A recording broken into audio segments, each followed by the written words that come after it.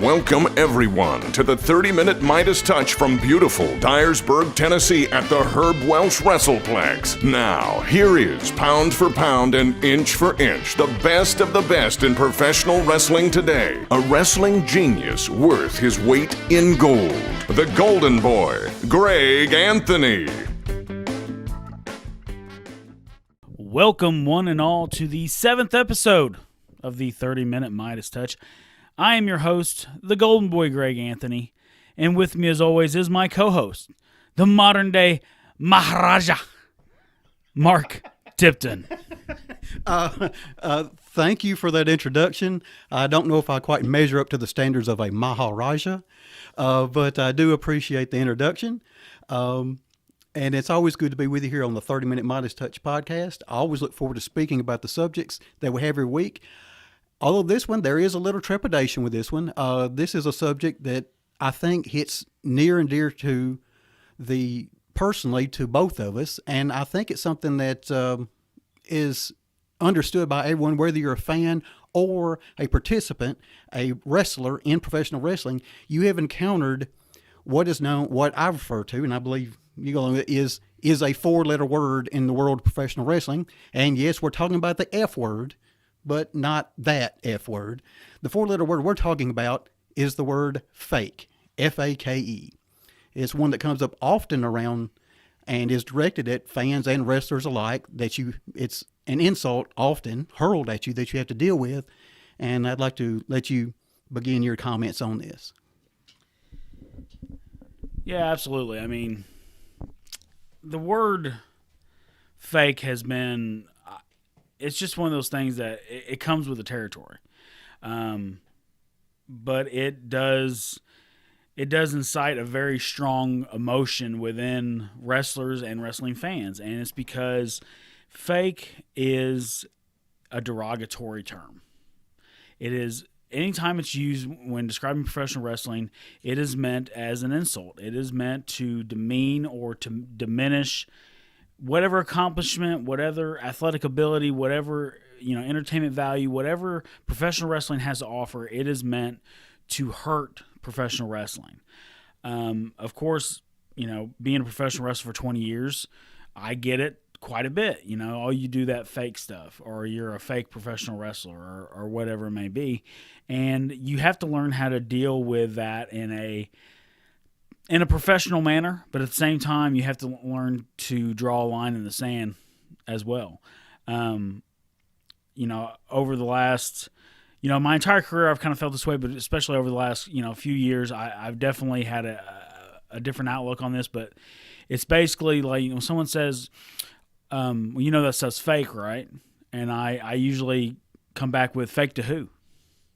Is it fake money that I'm making? Is the pain that I endure fake? Is the fans who enjoy what we do, are they a figment of my imagination? You understand? I have a lot of problem with the word fake. I'm not a fake professional wrestler. I am a professional wrestler. And, you would never walk up to Robert De Niro and say, man, you're a really good fake actor. You know what I mean? You would never diminish his abilities or things like that. The skill set that it takes to be a great professional wrestler is a skill set that I've tried to hone for 20 years. And there's a lot of guys before me, and there'll be a lot of guys after me that have that same mentality. And to sit there and say that anything we do is fake, like I said, is a very it's a very disrespectful term, to say the least. All right. Well, I would like to address it a little bit more from a fan perspective, and I'll let you come out and let you see how you respond to what I'm coming at. Oftentimes, it's not that people often say, when they approach you, they think if you use that word, they think that is the word that aggravates you or the word that insults you. Now, from my perspective, strictly as a fan, what usually aggravates me more is the 3 words that tend to precede the word fake. Oftentimes when the subject of professional wrestling comes up, and the fact that I'm a long-time professional wrestling fan, is the 3 words that preceded are always, you do know that. You do know. And when they begin, you do know, what they are really doing is they're suggesting that you're not intelligent. They're questioning your, mental capacity that, hey, do you not understand? Because if you understood, then you wouldn't. And I was like, no, I do understand, but I do enjoy this art form, this sport, all the various terms you want to use to professional wrestling. I'm a fan of it, even though I do understand, and I don't appreciate having someone talk down to me, which is what they're really doing when they say, you do know, which is what I hear, and I'd like to see how you feel about that. Yes, absolutely. And, we spend a lot of time on here talking about suspension of disbelief. We're trying to make people believe in what we're doing every second. Now, does that mean that, we believe that everyone that attends a professional wrestling match understands that, everything's 100% legitimate the entire time?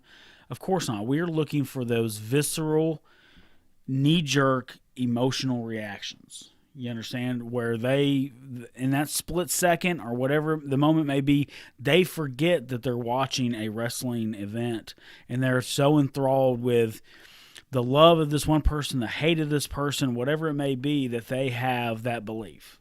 Suspension of disbelief, right? So when people, like you said, when people use the phrase, you do know that, it is, they're talking down to you. It's like, oh, well, I'm so intellectually superior to you, I can never be entertained by something like that. And, a really good friend of mine in Texas made a beautiful point about this not too long ago. He said that, if you watch the Olympics, you have gymnastics, you have figure skating, you have diving, you have all these things that everything that they do is 100% planned before they do it. Every routine they do, there's not a single movement in any of those routines that is off the cuff. Everything they do has been planned for months, sometimes years at a time, and no one dares call them fake because they understand the athletic and the dedication it takes to do those respective sports. Same thing with professional wrestling. It takes me, as a professional wrestling trainer, it takes me 6 months to a year to get someone ring ready for a match. You understand? So when you sit there and say that, oh, this is fake, no, the dedication to honing your craft, the dedication it takes to become a professional wrestler is anything but fake. It takes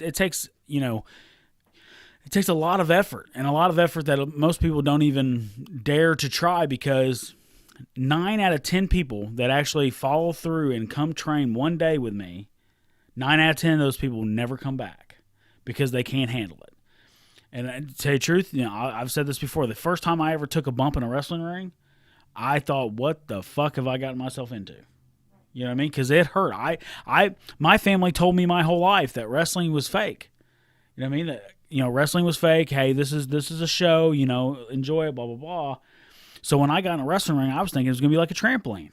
I thought it was going to be safe. I thought it was going to be cushiony. No, I took one bump and I was like, whoa, what have I done? You know what I mean? I didn't know if I was going to be able to continue past that day, but I did. And I'm sitting here and I'm glad that I did. But people forget about the hard work and dedication it takes to become a professional wrestler when they hurl this 4-letter word, this F word around, and they say that we're fake. Well, in that reference to when you took a bump, there it comes back to, you mentioned at the beginning of the show about the pain you endure, the pain that professional wrestlers endure. And I think it's something that among people who are not fans of professional wrestling, I do not think they understand. You mentioned the trampoline. I have had people mention that, oh, it's just like a trampoline. I've heard that mentioned and referenced many times. And so they think there's no pain or no injury involved with it. And that's what I do not know how that got across to people. And it's a great frustration.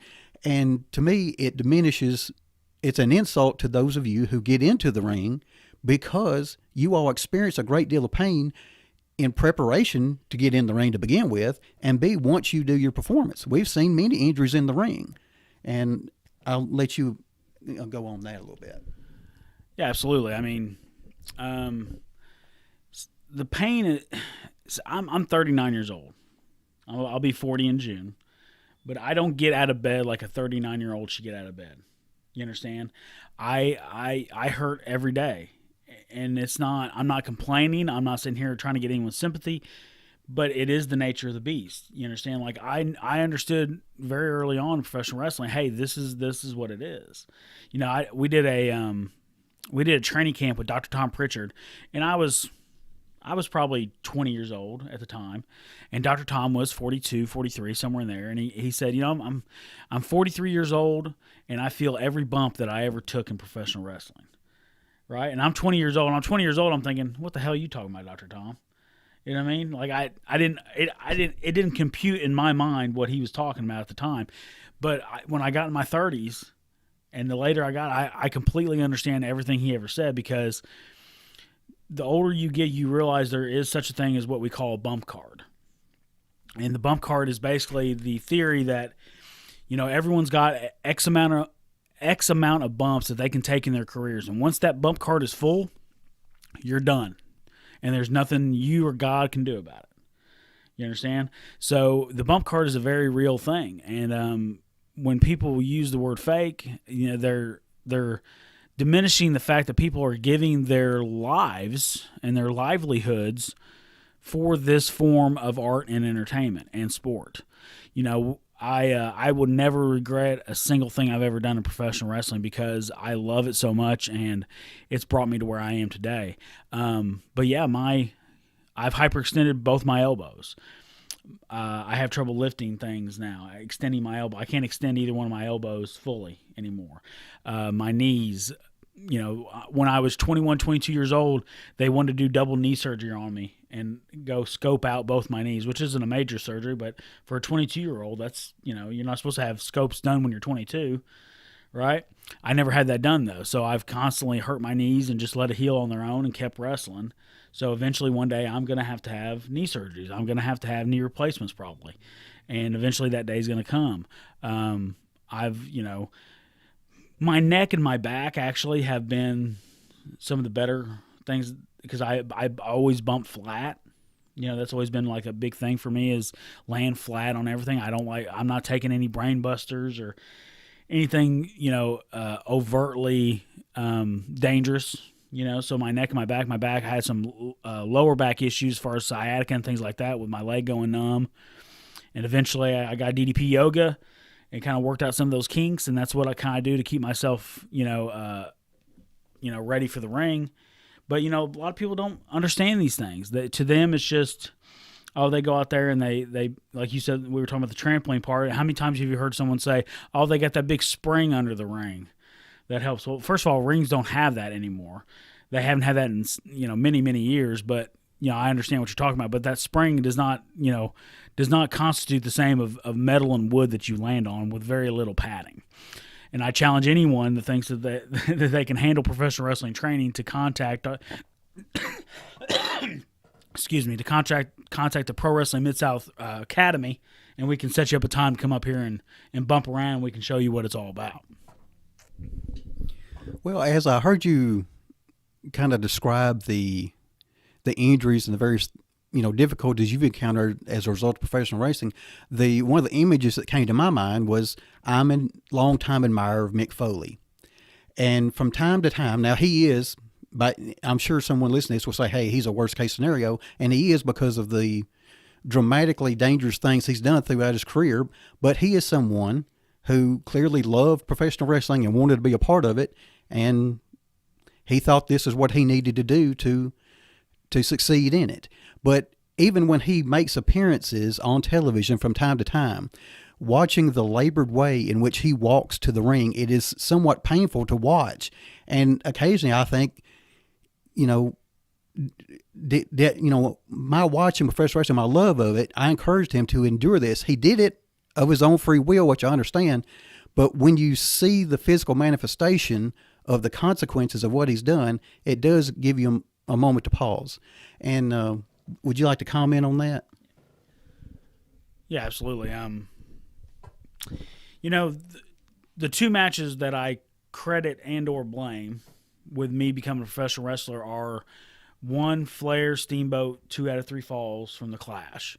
That was the first time I remember as a kid actually saying out loud to other adults, saying, hey, I'm going to be a professional wrestler.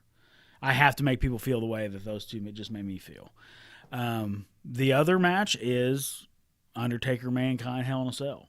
And at that time, you know, I was 17 years old when that happened. And when that happened, because I'd already had the thoughts of becoming a professional wrestler. When that happened, I saw what Mick Foley put his body through just to make the match good.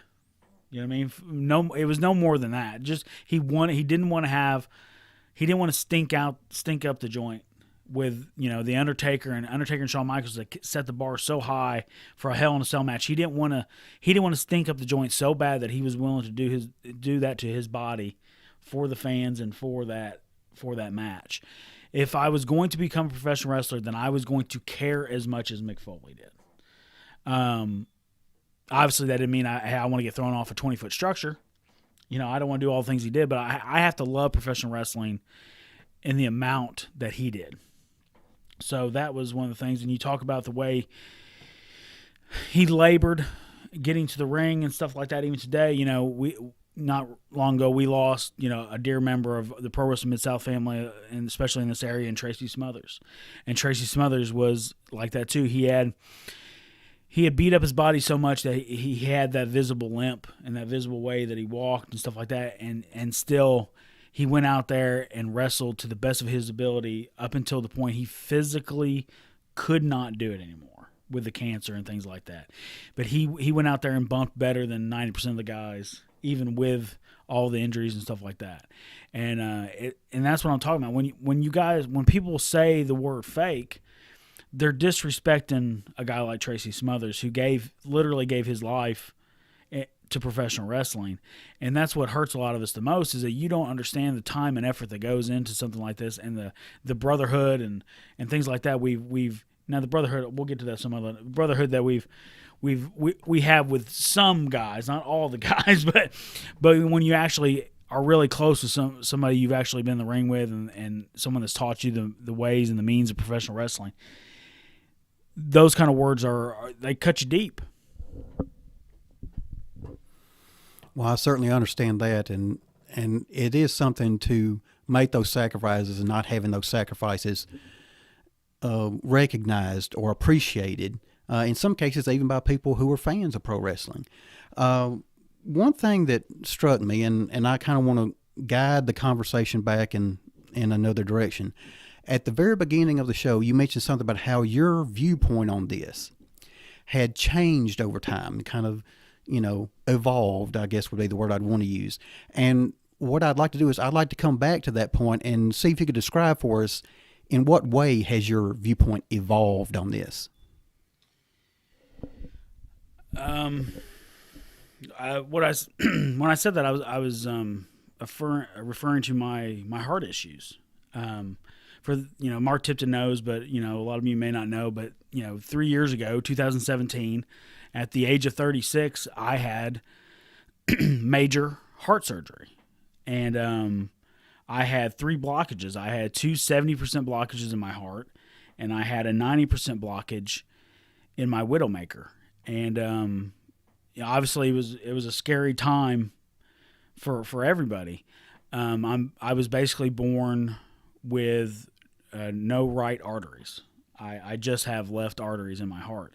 It's a birth defect I've had my whole life, and we had no idea until this. But what people, and the reason my viewpoint has strengthened on this, I should say, because I always hate the word fake. I always hate that.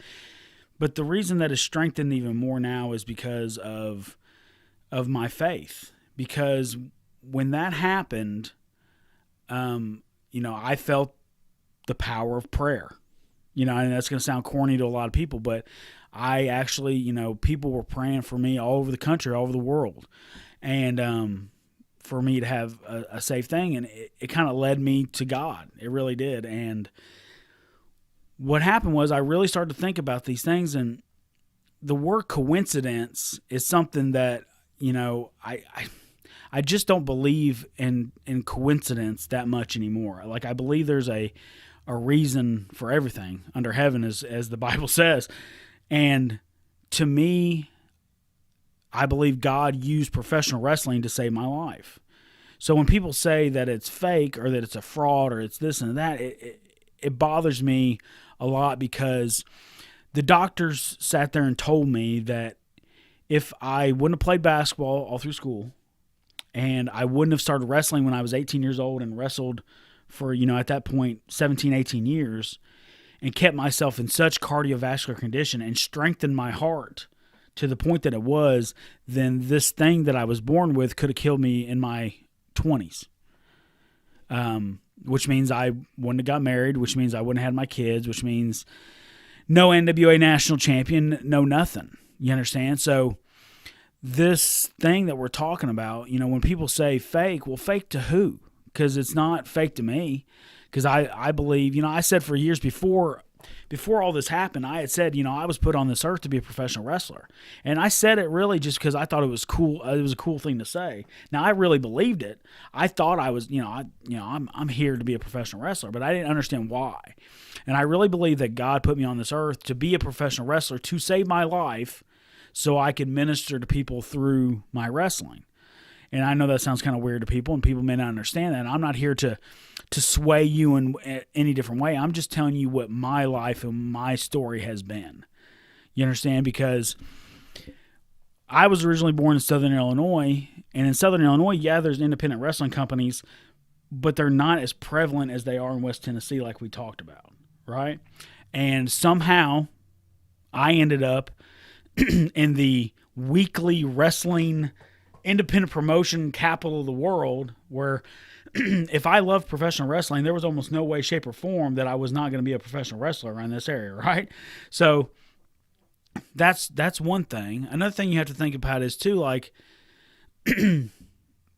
my grandmother is one of the main reasons that I'm a wrestling fan, right? She was a wrestling fan, ergo I became a wrestling fan. But if you look at my entire family, on my mom's side and my dad's side, we are the only two wrestling fans in the entire family, right?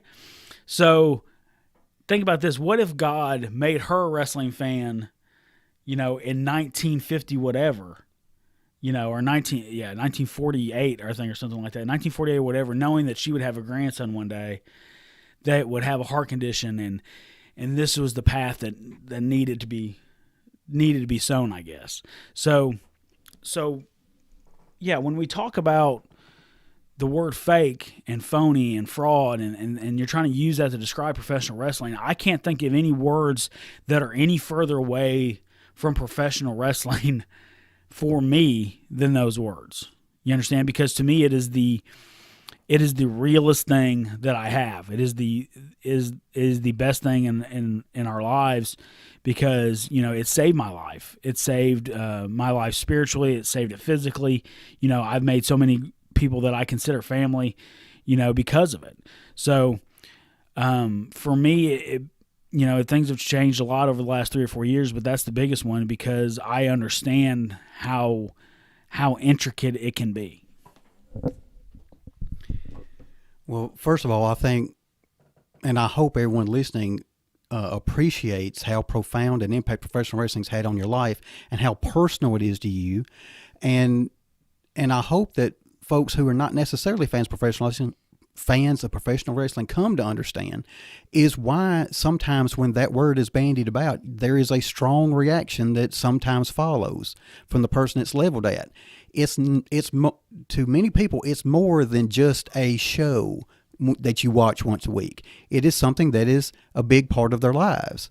And if I could, this is a little bit out of left field, but one of the things that's come to my mind as we were having this conversation is, you mentioned that you have folks approach you from time to time, and they level that word at you.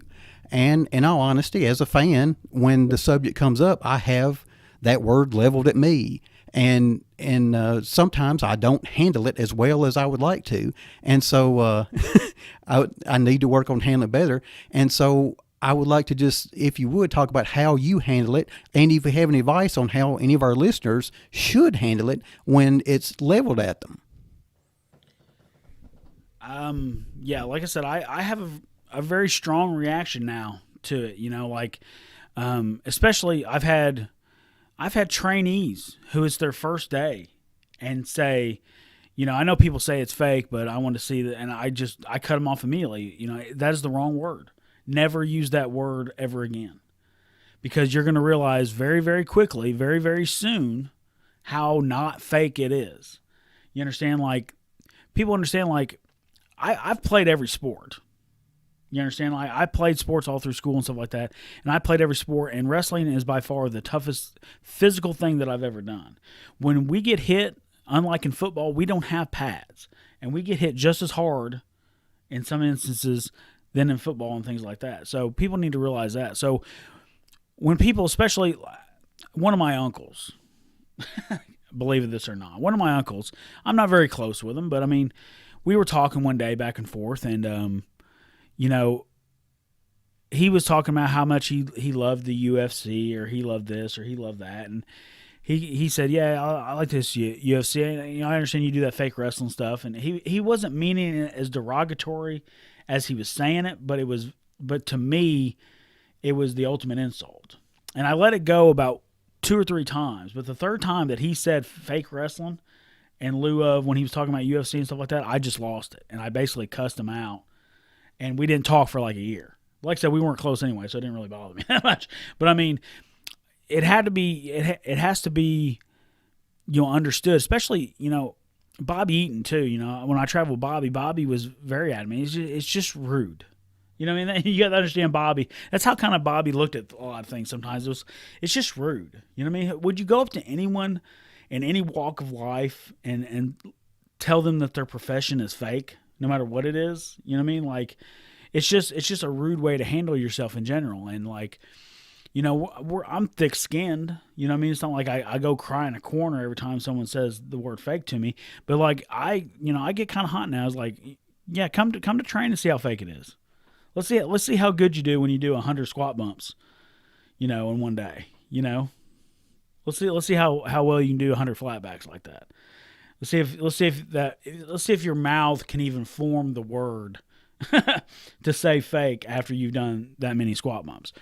So, yeah, it's one of those things that like, and like I said, most of the time when people say it, I say fake to who, and they just kind of get flustered like the money's real, the fans are real, cartoons are fake, wrestling's real.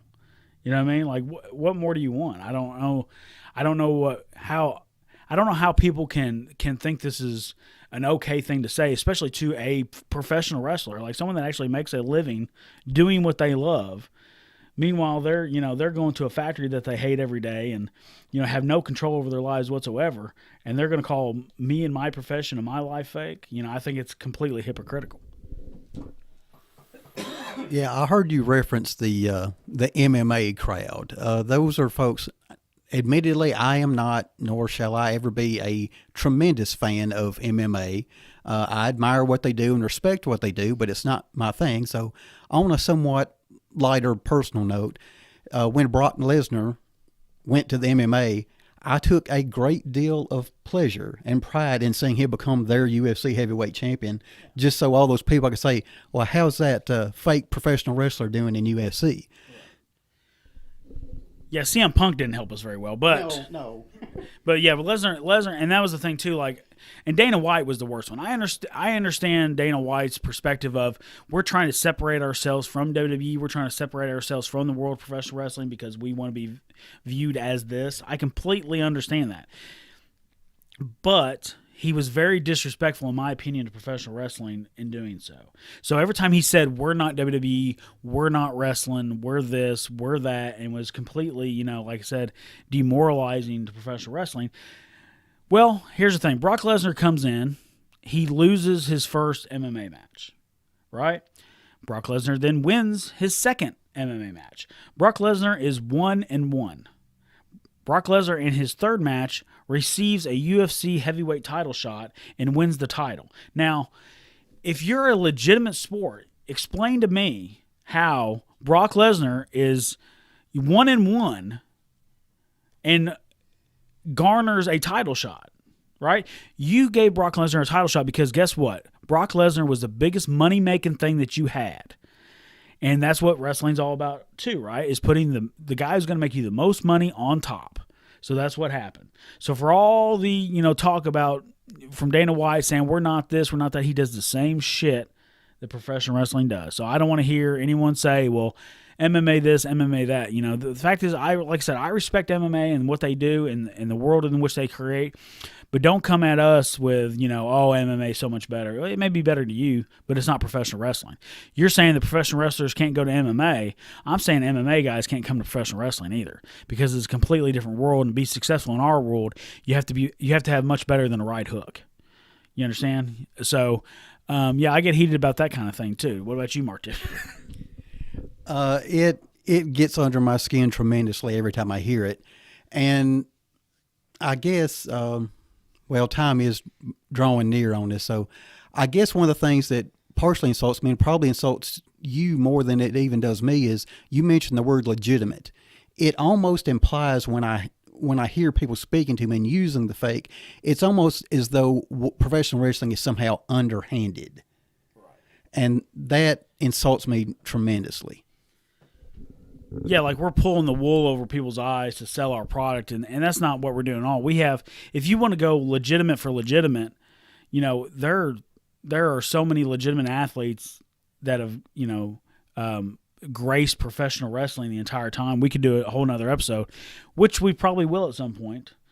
We can do a whole nother episode on just the legitimate athletes of professional wrestling and the accolades they have done inside the ring and in their amateur careers and things like that. But like Mark Tipton said, we have drawn near. We are past our 30-minute mark. Like I said, we will never be right on 30 minutes. We will be a little under, a little over. But either way, thank you everybody for joining us here on the 30-minute Midas Touch. I am the Golden Boy, Greg Anthony. For my co-host, the modern-day Maharaja, Mark Tipton, we are out. Thank you. Peace.